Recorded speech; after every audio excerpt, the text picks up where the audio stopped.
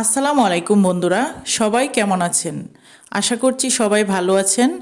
আজকের রেসিপিতে নিয়ে এসেছি চট্টগ্রামের ঐতিহ্যবাহী গরুর মাংসের কালো বোনা রেসিপি। চট্টগ্রামের একটা আপুর রেসিপি দেখে আমার কাছে খুবই ভালো লেগেছিল এই কালো বোনাটার, আর সেইভাবেই আমি রেসিপিটা তৈরি করার চেষ্টা করেছি। জানি না কতটুকু পেরেছি। ফার্স্ট টাইম এই রেসিপিটা তৈরি করে আমি তো জাস্ট এই রেসিপিটার প্রেমে পড়ে গিয়েছিলাম, তাই সেকেন্ড টাইম তৈরি করার সময় ভিডিও করে আপনাদের সাথে শেয়ার করার চেষ্টা করেছি। গরুর মাংসের কালো বোনা তৈরি করার জন্য আমি এখানে নিয়েছি 1.5 কেজি পরিমাণে হাড় চর্বিযুক্ত গরুর মাংস। সাথে নিয়েছি এলাচ, দারুচিনি, তেজপাতা এবং বাগার দেওয়ার জন্য আমি এখানে নিয়েছি পেঁয়াজ এবং রসুন স্লাইস করা। এখানে নিয়েছি আমি আদা বাটা, রসুন বাটা এবং পেঁয়াজ বাটা। এখানে নিয়েছি ধনিয়া বাটা, জিরা বাটা এবং স্বাদমতো লবণ। ভিউয়ার্স, আমি এখানে প্রত্যেকটা মশলা বাটা মশলা ইউজ করার চেষ্টা করেছি। আমি মরিচটাও এখানে বেটে নিয়েছি, আর এটা যে দেখতে পাচ্ছেন এটা একটা স্পেশাল মশলা কালো বোনার জন্য। এখানে আমি 1 বাটি পরিমাণে পেঁয়াজ বেরেস্তা করে নিয়েছি, আর পেঁয়াজ বেরেস্তা করার পর যে তেলটা ছিল অবশিষ্ট সেই তেলটাও আমি নিয়ে নিয়েছি।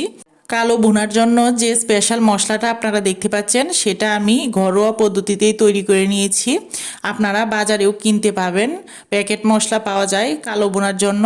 তবে ঘরোয়া পদ্ধতিতে যে উপকরণগুলো দিয়ে আমি কালো ভুনার মশলাটা তৈরি করে নিয়েছি সেই উপকরণগুলো আপনাদের সাথে আমি শেয়ার করব, আর সেজন্য অবশ্যই ভিডিওটা ফুল ওয়াচ করবেন। ভিডিওর মাঝখানে আমি বলে দিব। প্রথমে আমি মাংসটা ধুয়ে পরিষ্কার করে কড়াইয়ে তুলে নিলাম, তারপর দিয়ে দিলাম তেজপাতা, 6টা এলাচ এবং 4 থেকে 5 টুকরো দারুচিনি, 1.5 চামচ ধনিয়া পেস্ট। এখানে 2 চামচ পরিমাণে রসুন পেস্ট হবে, আমি ভরা 1 চামচ করে দিয়ে দিলাম রসুন পেস্ট। আর সাথে দিয়ে দিব আদা পেস্ট দিয়ে দিচ্ছি এখানে 2 চামচ পরিমাণে। গরুর মাংসের কালো ভুনায় আপনি এমনি নর্মাল যে মাংসটা রান্না করেন সেই মাংসের চেয়ে একটু একটু করে বেশি মশলা ইউজ করলে এই মাংসটা খেতে খুবই টেস্টি হয়। 3 চামচ পরিমাণে পেঁয়াজ বাটা ইউজ করেছি। মরিচের যে পেস্ট করে রেখেছিলাম এখানে 5 থেকে 6 চামচ পরিমাণে মরিচের পেস্ট হবে, আমি সবটাই দিয়ে দিলাম। গরুর মাংসের কালো ভুনা কিংবা মুরগির মাংসের কালো ভুনা, যে মাংসই কালো ভুনা করে রান্না করেন না কেন, সেই মাংসটাকে যদি আপনি একটু ঝাল করে রান্না করেন তাহলে আমার কাছে মনে হয় সেই মাংসটা খেতেই ভালো লাগবে। আর যারা ঝাল খেতে পছন্দ করেন না তারা ঝালটা স্কিপ করতে পারেন। স্বাদমতো লবণ দিয়ে এখানে আমি আরও 2 চামচ পরিমাণে মরিচের গুঁড়া ইউজ করেছি। যেহেতু আমি এটা ঝাল করে রান্না করব তাই আমি আরও 2 চামচ পরিমাণে মরিচের গুঁড়া দিয়ে দিয়েছি। সাথে দিয়ে দিয়েছি 2 চামচ পরিমাণে হলুদের গুঁড়া, এবং এই যে এখানে আমি 1 চামচ পরিমাণে দিয়ে দিচ্ছি স্পেশাল সেই মশলাটা, যেই মশলাটা আমি তৈরি করেছি কালো ভুনাটা করার জন্য। আপনাদের সাথে কথা বলতে বলতে ওই দিক দিয়ে আমি যে পেঁয়াজ বেরেস্তা দিয়েছি সেটাই বলতে ভুলে গিয়েছিলাম। পেঁয়াজ বেরেস্তা না দিলে কিন্তু এই মাংসটার টেস্ট এতটা ভালো পাবেন না, কারণ গরুর মাংসের কালো ভুনাটা রান্না করলে অবশ্যই আপনাকে পেঁয়াজ বেরেস্তাটা ইউজ করতে হবে। আর পেঁয়াজ বেরেস্তা করার পর যে তেলটা থাকে সেই তেলটা অবশ্যই ইউজ করবেন, তাহলেই কিন্তু একটা পারফেক্ট রেজাল্ট পাবেন আপনি রান্না করার পর। মাংসটাকে এখন খুবই ভালোভাবে আমি হাতে মেখে নিচ্ছি। এখানে আমি পেঁয়াজ বেরেস্তার যে তেলটা অবশিষ্ট ছিল সেটাই কিন্তু আমি ইউজ করেছি, এখানে আর কোনো তেল ইউজ করছি না। মাংসটাকে হাতে মেখে প্রায় 10 মিনিটের মতো রেস্টে রেখে এ পর্যায়ে ঢাকনা দিয়ে ঢেকে চুলায় বসিয়ে দিচ্ছি। এই পুরো রান্নাটা আমি করেছি মিডিয়াম টু লো হিটে রেখে, কারণ এখানে আমি এত বেশি পানি ইউজ করিনি। যেহেতু গরুর মাংস সিদ্ধ হতে সময় একটু বেশি লাগে তাই আমি চেষ্টা করেছি মিডিয়াম টু লো হিটে চুলার আঁচটা রেখে মাংসটাকে 80% সিদ্ধ করে নিতে। বন্ধুরা, এদিক দিয়ে মাংসটা সিদ্ধ হোক আর কষানো হোক, আর আপনাদেরকে আমি এখন বলে দিচ্ছি যে আমি সেই স্পেশাল মশলাটাতে কি কি উপকরণ মিক্স করে আমি মশলাটা তৈরি করেছি। তার আগে জিরা পেস্টটা দিয়ে নিই।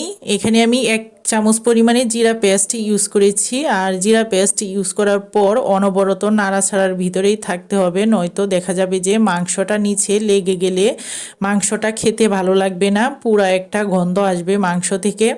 সাথে 3 চামচ পরিমাণে কালো ভুনার মশলাটাও দিয়ে দিলাম। কালো ভুনার মশলাটা ঘরোয়াভাবে তৈরি করার জন্য আমি 3টা এলাচ, 3 টুকরো দারুচিনি, একটা স্টার মশলা, লং, মিষ্টি জিরা, জিরা এবং ধনিয়া, সাথে অল্প একটু রাঁধুনি, 3টা লং এবং 1 চামচ পরিমাণে দিয়েছি সাদা সরিষা, 4টা তেজপাতা আমি কেটে টুকরো টুকরো করে তারপর মশলাটার সাথে ভেজে ব্লেন্ডার করে নিয়েছি। বন্ধুরা, জাস্ট এই কয়টা মশলা একসাথে মিক্স করে গুঁড়া করে নিলেই কিন্তু খুবই সুন্দর একটা মশলা তৈরি হয়ে যায় গরুর মাংসের কালো ভুনার জন্য। আর এই মশলাটা ইউজ করার পর মাংসটার টেস্ট কিন্তু আরও দ্বিগুণ বেড়ে গিয়েছিল, আপনারা ট্রাই করে দেখতে পারেন। এদিকে মাংসটা সিদ্ধ হয়ে গিয়েছে, তারপর মাংসটাকে কালো করে ভেজে নিয়েছি। মাংসটাকে ভেজে নেওয়ার পর বাগার দিয়ে তারপর নামিয়ে নিয়েছি। বন্ধুরা, আপনারা নিশ্চয়ই মাংসের কালারটা দেখেই বুঝতে পাচ্ছেন যে মাংসটা কতটা লোভনীয় হয়েছে। মাংসটা কিন্তু খেতে বেশ ভালো হয়েছিল। গরুর মাংসের কালো ভুনা করতে গেলে কিন্তু আমরা অনেক সময় অনেকেই ভেজাল মনে করি। আসলে এটাকে এতটা ভেজাল মনে করার কিছু নেই। ঘরোয়া মশলা দিয়েই খুবই সহজভাবে এই রেসিপিটা তৈরি করে নিতে পারেন।